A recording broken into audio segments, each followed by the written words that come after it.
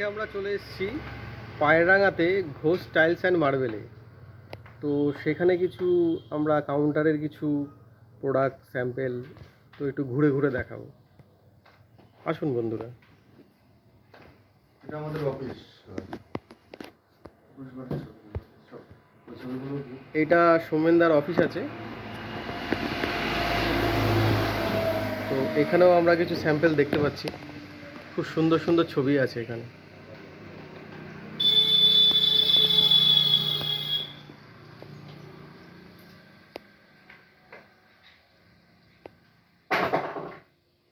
খুবই সুন্দর ছবি।